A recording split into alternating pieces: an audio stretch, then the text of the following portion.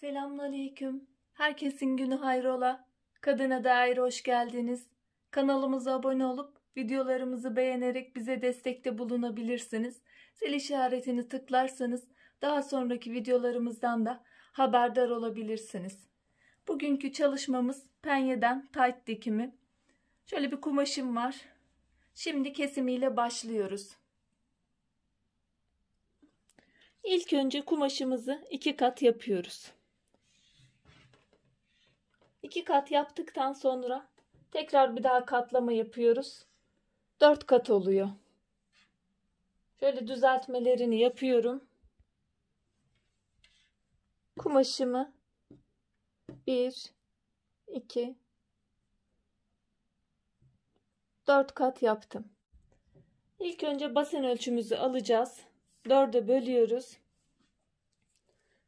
Basen ölçüsünü 100 aldım. 4'e böldüm. 25. Şöyle işaretliyorum.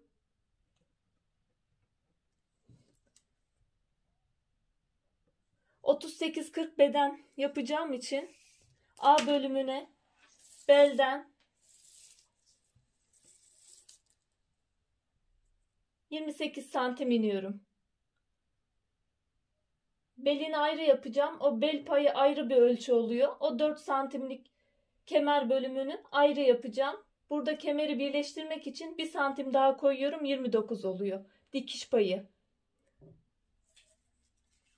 Basen ölçümüz 25. A bölümüne 28 santim indim. Sonra A oyuntu için 5 santim veriyorum. 5 santim de yukarı alıyorum. Oyuntunun şeklini vereceğim.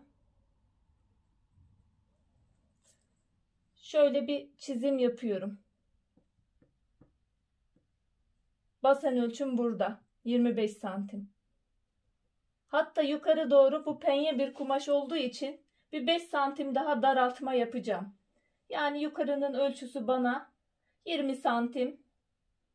Bir de dikiş payını eklersek şöyle 21 santim alıyorum. Şuradan şöyle bir çizim yapıyorum.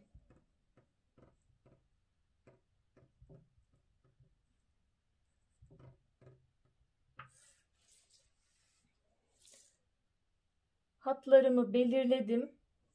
Ekranda çok çıkmayabilir. Paça bölümünü belirleyeceğim. Şöyle paça bölümünü 12 santim olarak belirliyorum. Buradan şöyle şuraya doğru bir meyilli inişim olacak.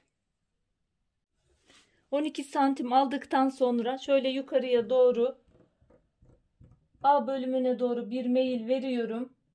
Şöyle bir dikiş payı vererek kesmeye başlıyorum.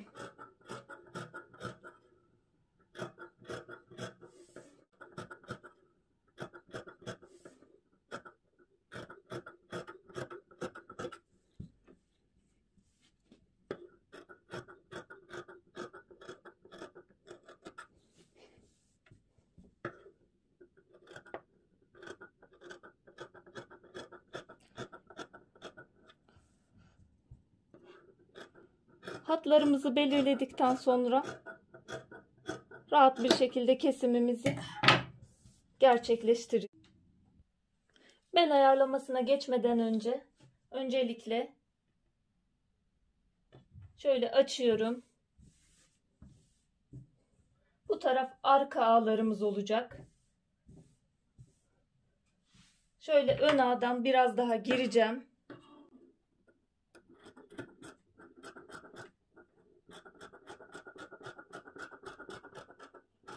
Aynı şekil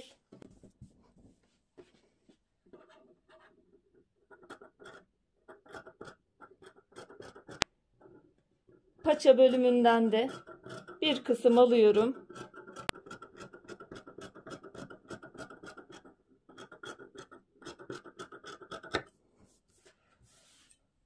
Ayrıca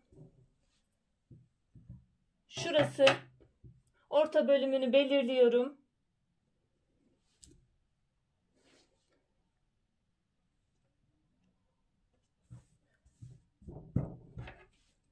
Belin ön tarafından şöyle bir 4 santime yakın, 3 santimde alabilirsiniz. Orta bölüme doğru bir sıfırlama, düzeltme. Giyimi rahat olması için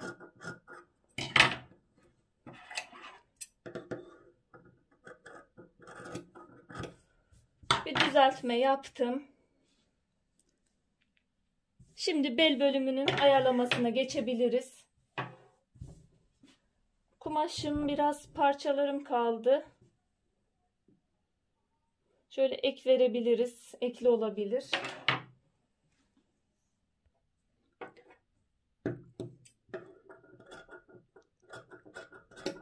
Bel için kumaşımı da belirliyorum.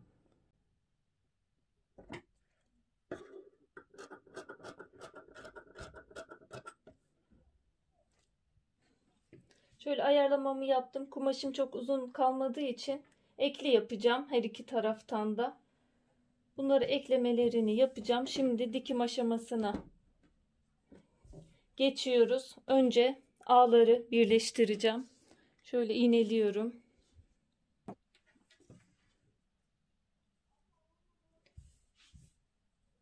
Şu iki kısmı dikiyorum.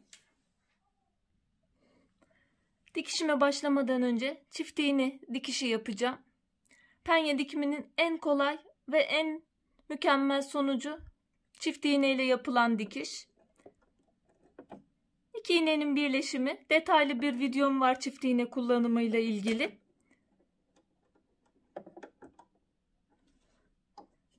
İki tane iplik, aynı yoksa diğerine de sarabilirsiniz. Aynı şekilde iki ipi de birden aynı yoldan geçiriyorum. Burada ipin birini, iğnenin birinde diğerine takıyorum. Diğer bir yöntemde zikzak ayarıyla da yapabilirsiniz, dikebilirsiniz çift iğneniz yoksa. Masuradan gelen ipimizle birlikte 3 ipimizi de arkaya doğru veriyoruz. Dikmeye başlıyoruz. Diğer ağ birleşimini de aynı şekilde yerini yapıyorum ve dikişimi bitiriyorum. Ağ birleşimini yaptıktan sonra ön kısım, belde ön kısım oyuntusunu yapmamızın nedeni buradan dikişi dikişe getirecek şekilde iğneleyeceğim. Dikişi dikişe getirdikten sonra her iki tarafı da iğneledim. Buraları şimdi dikeceğiz.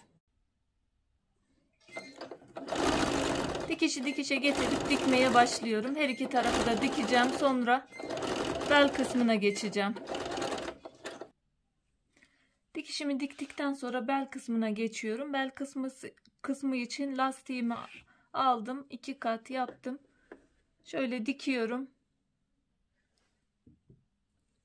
Bel kısmı için ayırdığım kumaşı iki taraftan da ek yaptım.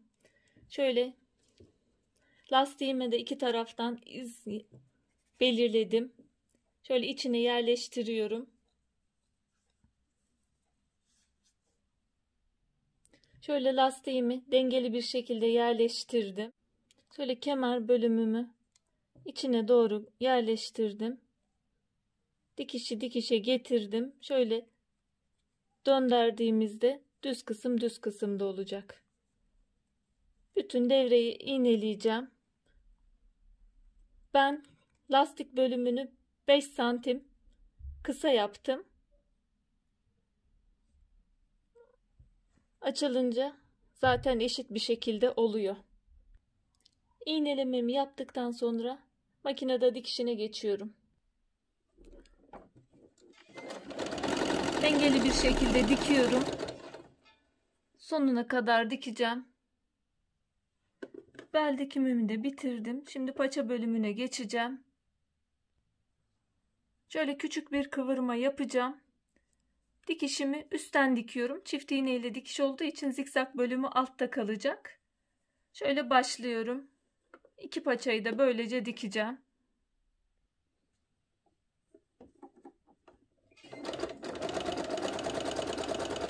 bir makine ayağından dikiyorum. Ben dikişlerimi bitirdim. Şimdi son halini göstereceğim inşallah. Arkadaşlar ben çalışmamı bitirdim. Boy uzunluğu vermemiştim. İstediğiniz boyu da yapabilirsiniz. Şöyle paça bölümünü gösteriyorum. Çift iğne ile dikişim. Bel kısmı da aynı şekilde diktim. Bütün her yerini. Umarım faydalı bir çalışma olmuştur. Yapmak isteyen, denemek isteyen arkadaşlara kolaylıklar diliyorum. Allah'a emanet olun. Hoşça kalın, sağlıcakla kalın.